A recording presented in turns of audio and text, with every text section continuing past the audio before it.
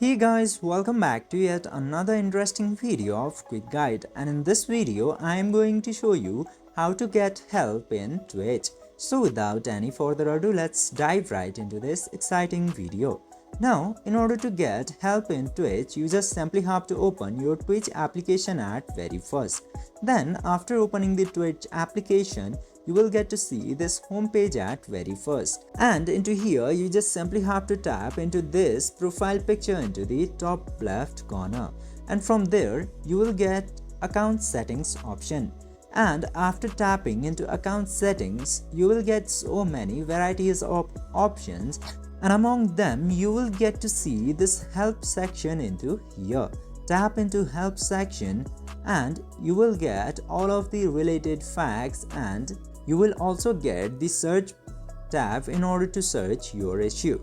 You can find out many topics by scrolling down.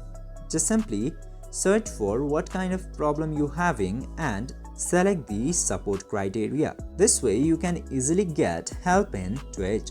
I hope this video was helpful for you. If yes, don't forget to like, share and subscribe to the channel to never miss another update.